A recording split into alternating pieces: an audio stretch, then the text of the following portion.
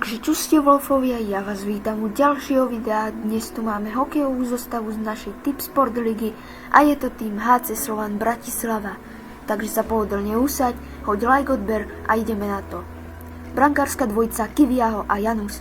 Kiviaho má vysokú úspešnosť a v zápasoch podáva dobré výkony, myslím, že je lepší ako predošlú season. Jaro Janus je starší, bol vymenený z Prešova a zatiaľ si to s Henrym stredajú zápas po zápase. Slovan môže využiť prípadne aj Andrisíka.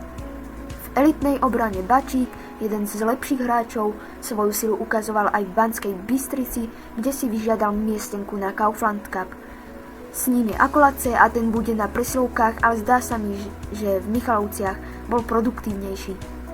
Ďalej Zeleniak je robustný a má efektívnu hru do tela. K nemu som dal mladšieho Kráľoviča, ktorý sa veľmi zlepšil, no patrí medzi 4 ofenzívne ladených obrancov, ale určite dostane viac priestoru v zahraničí a možno v zámorí. Majer je skôr tímový hráč, pracovitý a korčuliarsky typ. O'Connor sa s Akolacem delí o preslovky a zatiaľ sa javí žiarivejším svetlom. Myslím, že očakávania splnil. 7. hráčom v defenzíve je Fabuš, a to chválim za dobré U20-ky, ten zbiera skúsenosti kvôli veľkému potenciálu do budúcna. Poďme už na útok. Mouský je strelec a v lige sa už ukázal v službách Popradu. Elson by mal pomáhať braniť v tomto útoku a navyše má skúsenosti z AHL.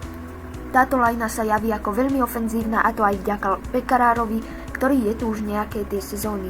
Mal možnosť hrať aj s Brentom Harrisom a Slovanu stále má čo ponúknuť a na Slovensku som nevidel od neho nevydarenú sezónu. Takáč je najproduktívnejší, jeden z najväčších postav týmu, veď sa dostal do nominácie na zimné olympijské hry. Na druhej strane Bakoš, na Slovenskú ligu stále nadpriemerný produktívny hráč a so samom mu to ide. Na centri Peterek, už so slovenským občianstvom má dobré korčulovanie, nevždy je strelec, viac nahráva a niekedy rozhoduje zápasy, ale prínos nemá iba tam, keďže on tie šance tvorí. Bondra je priemerný hráč, ale dynamický a pomáha spoluhráčom vo formácii. Solenský plní úlohu forcheckingujúceho a tímového hráča. Varga okrem tvrdej čiernej roboty prispieva aj bodovými zápismi. Vhodný hráč do play-off, takisto ako Petriska. Ten zase má fyzické nasadenie a obetavý štýl, hoci príliš neboduje. Marcinko je kapitán, veľmi dôležitý hráč a solidne na tom aj bodovo. Dominik Jendek bol uchmatnutý z Nových Zámkov, kde bol jeden z lepších javov. Šimun je 13. útočník, ale zaslúži si rovnaké miesto v zostave ako ostatní bottom 6 hráči.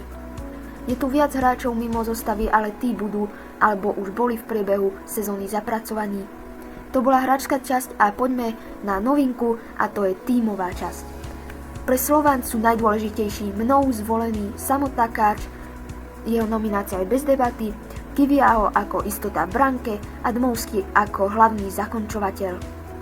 Belasi sú aktuálne prví, no na 5. im šliape Nitra a 8 bodov strácajú Košice.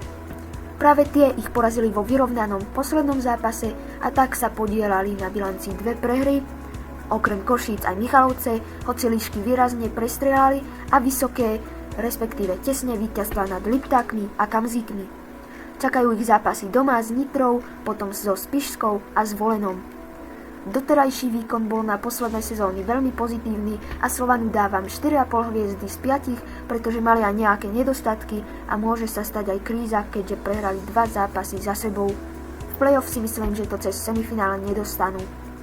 To je však môj názor a tvoj kľudne napíš do komentárov. Toto by bolo z tohto videa všetko, hoď like, odber, daj odber King Wolfovi a prípadné dotazy píš do komentov a vidíme sa u ďalšieho videa. Čau.